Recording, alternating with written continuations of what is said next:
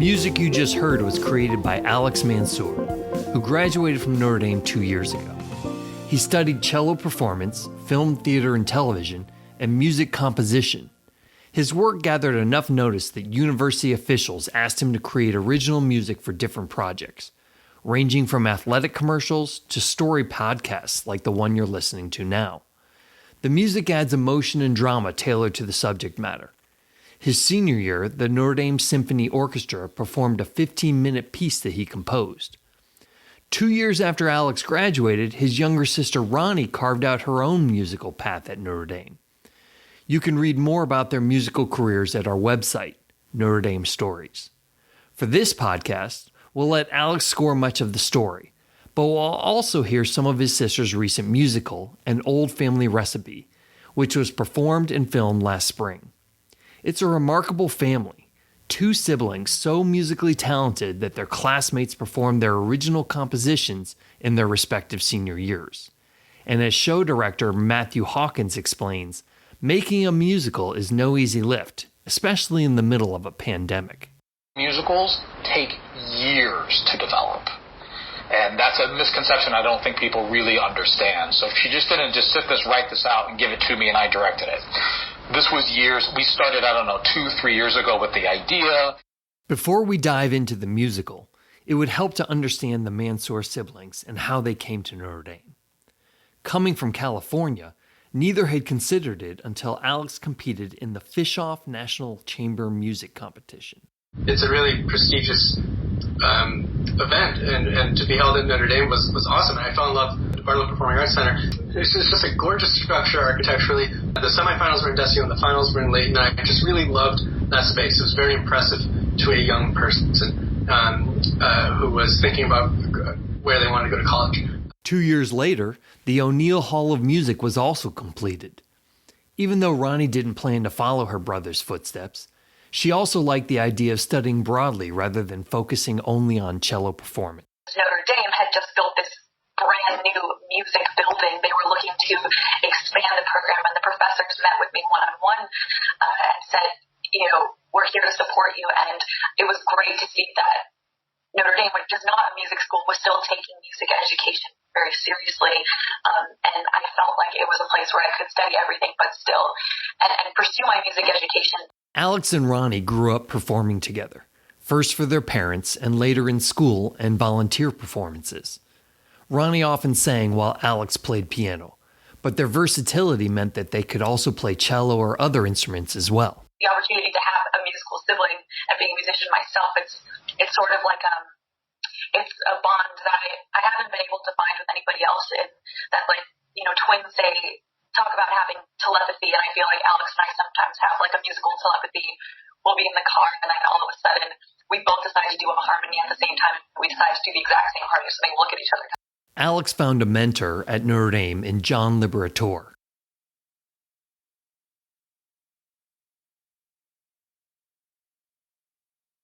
Alex could do anything, seemingly, when he got here.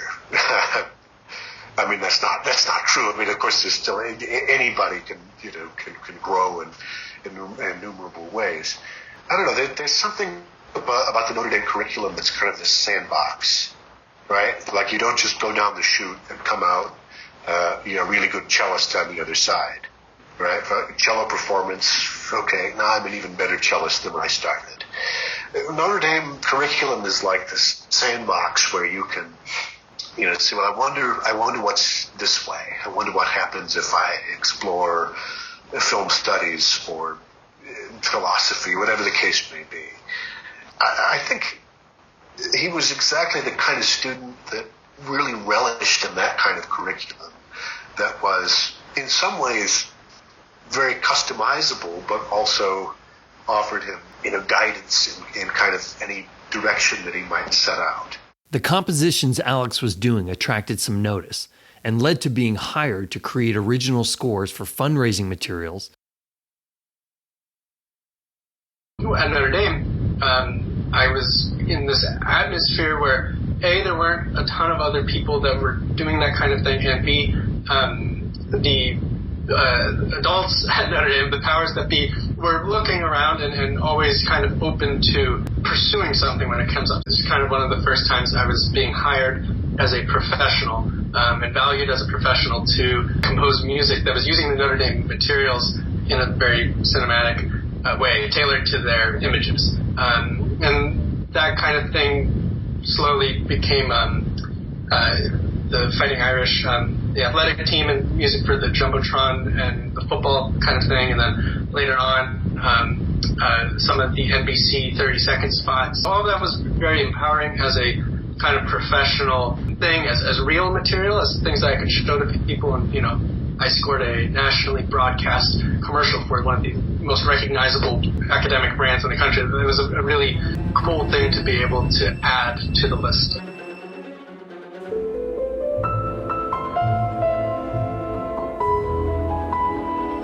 I would say this tour I wrote for Proving Innocence was one of my favorite of the podcast work I did with Notre Dame, in that, the subject matter is so meaningful, but it also allowed for a piece of music that I really enjoy writing. It's very cinematic, very dramatic, looking to legal dramas and House of Cards and kind of this darker template, and then coming up with variations of it that were warmer and more hopeful and uplifting, as the stories became more about the wrongs being righted.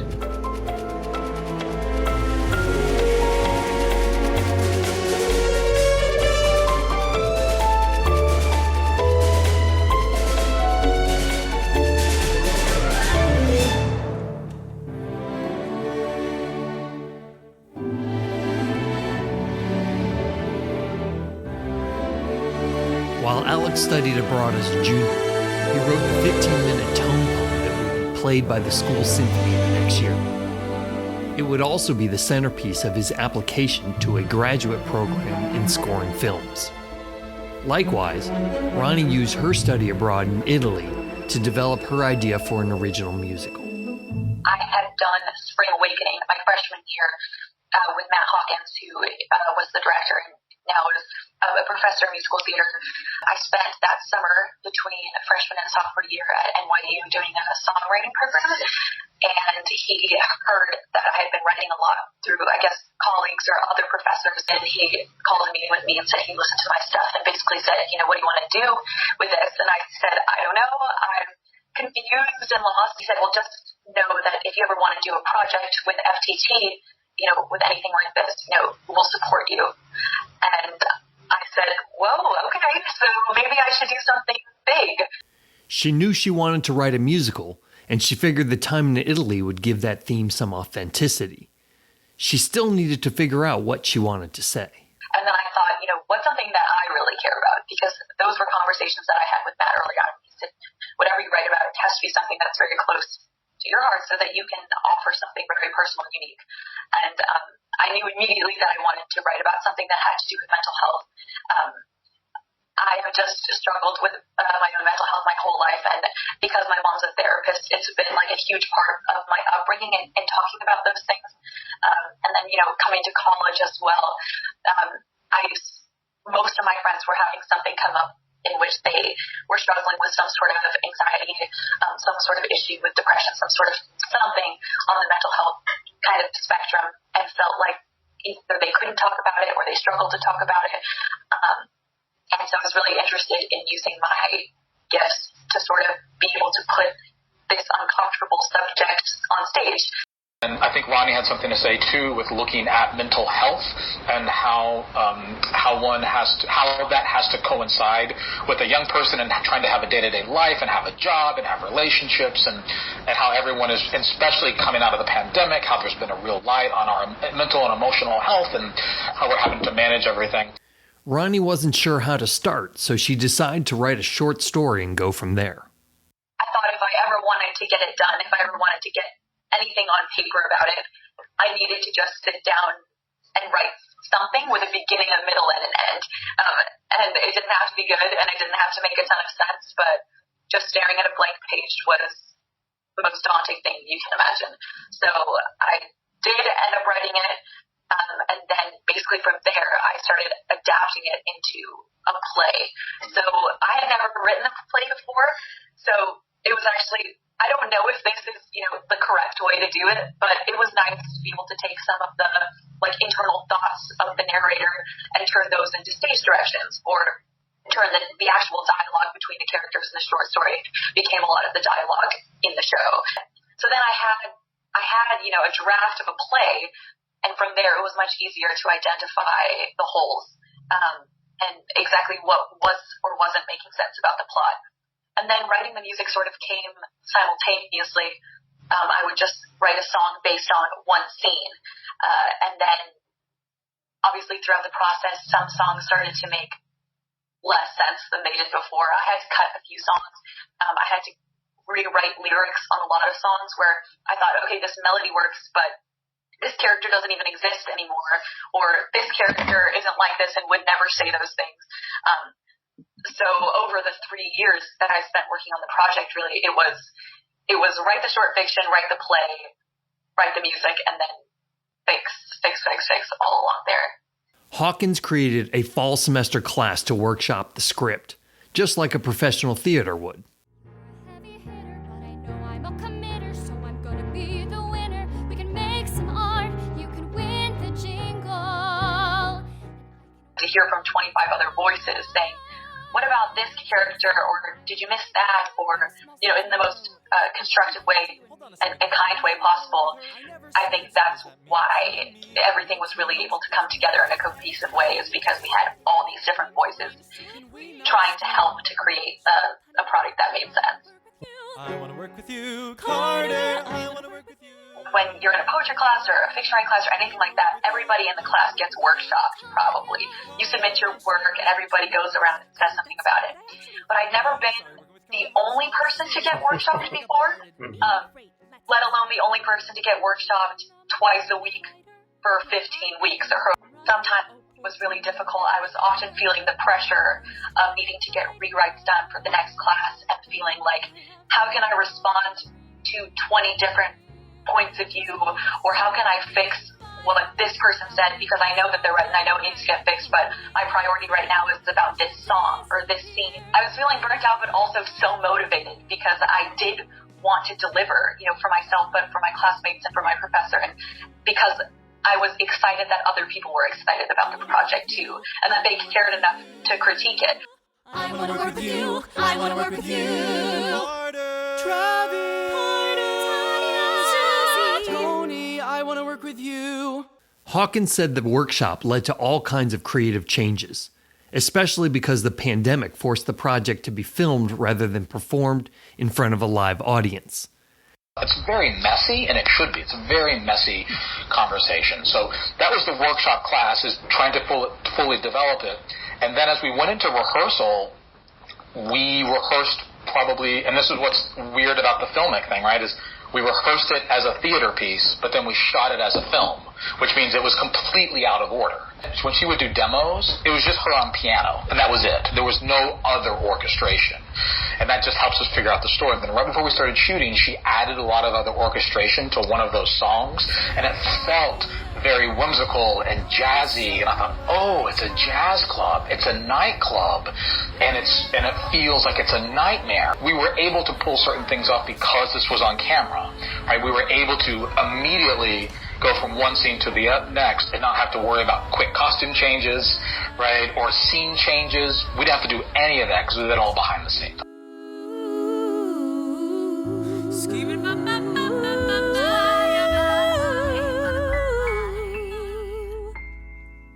While Ronnie loves to sing and act, she recognized the need for different roles.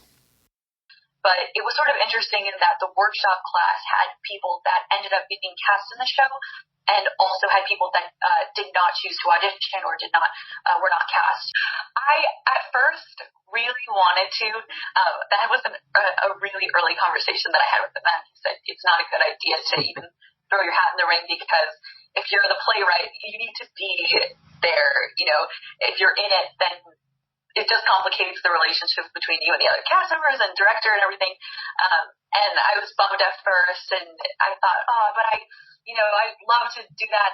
now I look back and I'm like, I could never have done that just purely based on the workload that it was. I'm so happy that I was able to just step back and watch all of my friends be stars and do their thing. Tony, you think you would recognize your auntie? Tony, you think you'd remember the times we've had? I still would love to do a lot of different things. And I look at people, like Sarah Bareilles and Lin-Manuel Miranda, who are sort of writing as well as being performers themselves, and being able to kind of dip their toes in a lot of different ponds. And I would just love to be able to do that. But writing for musical theater is probably the thing that has me the most excited, that really lights a fire underneath me. That we know you're one of us. Yeah. Hawkins said that performing students' original work fits the goal of liberal arts at Notre Dame.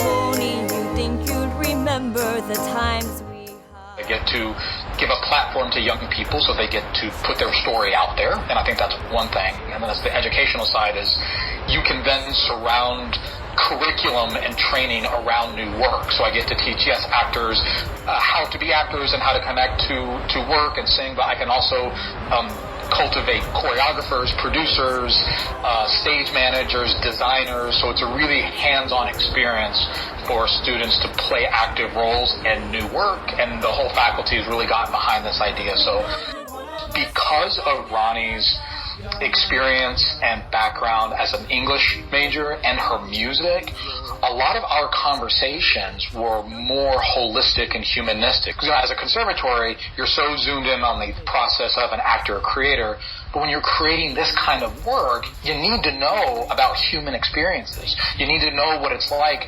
to experience grief and to have your grandmother pass away. We're not really doing art about art. We're doing art about life. And liberal arts is about life. You get a broader view. They always bring more to the table. Always. Because they're interested in life and the human condition, and that's what they're gaining. And that's what I feel Notre Dame has, is putting a lens on the entire human condition. When she doesn't know herself. We are Italians, no? We don't give up on familia.